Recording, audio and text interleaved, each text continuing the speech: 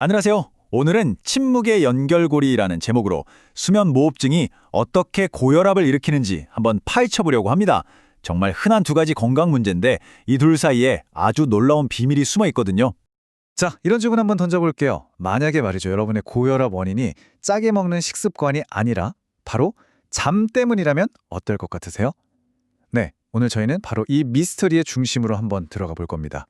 정말 많은 분들이 고혈압 때문에 고생하시잖아요.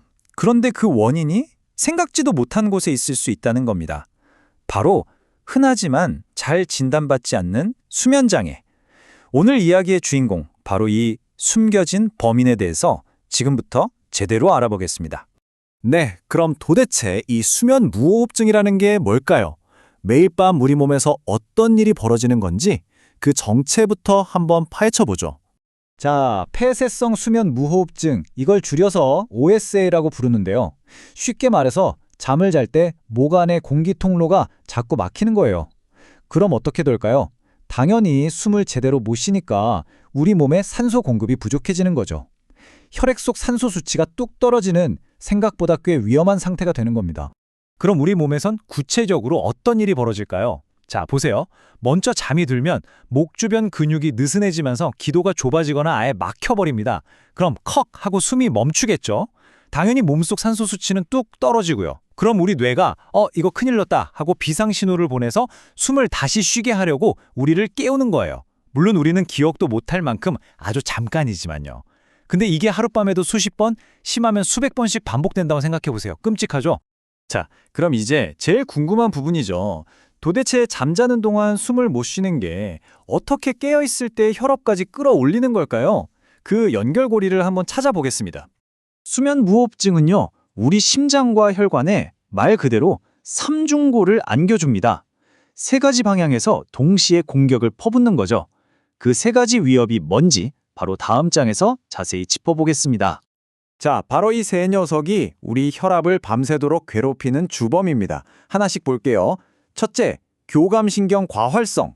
이게 뭐냐면 숨이 턱 막힐 때마다 우리 몸이 비상사태다, 싸우거나 도망쳐 하는 스위치를 켜는 거예요.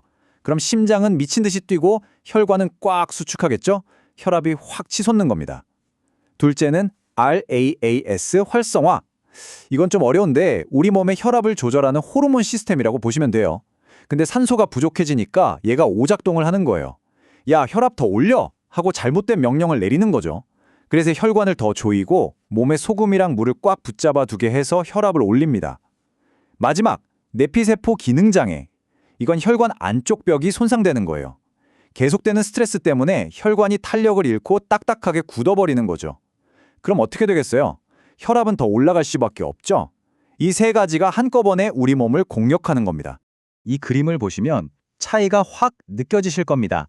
건강한 사람은요, 밤에 잠을 잘 때 혈압도 같이 뚝 떨어지면서 심장과 혈관이 쉬는 시간을 가져요. 그런데 수면무호흡증 환자는 어떨까요? 밤새도록 혈압이 떨어지기는커녕 오히려 더 올라가기도 합니다. 이게 바로 무서운 야간 고혈압이에요. 우리 심혈관계가 1년 365일 단 하루도 쉬지 못하고 일하는 거나 마찬가지인 거죠. 자, 그럼 이렇게 심각한 문제를 어떻게 해결해야 할까요? 지금부터는 진단과 치료 방법에 대해 알아보겠습니다. 혹시 이런 증상 있으신가요? 낮에 아무리 자도 계속 피곤하고 졸리다거나 혈압약을 꼬박꼬박 챙겨 먹는데도 혈압이 잘 안 떨어진다거나 특히 여러 종류의 약을 써도 혈압이 잡히지 않는 저항성 고혈압이 있다면 이건 정말 수면 무호흡증을 강하게 의심해 봐야 합니다. 이런 분들은 꼭 병원에 가서 상담을 받아보셔야 해요. 그럼 치료는 어떻게 할까요? 수면 무호흡증 관리에서 가장 핵심적이고 기본이 되는 치료법이 있습니다. 바로 지속적 양압 환기, 흔히 우리가 CPAP, CPAP라고 부르는 치료죠. 이게 정말 치료의 주춧돌이라고 할 수 있습니다. 그런데 CPAP 치료가 혈압 수치를 막 드라마틱하게 낮춰주는 건 아닐 수도 있어요.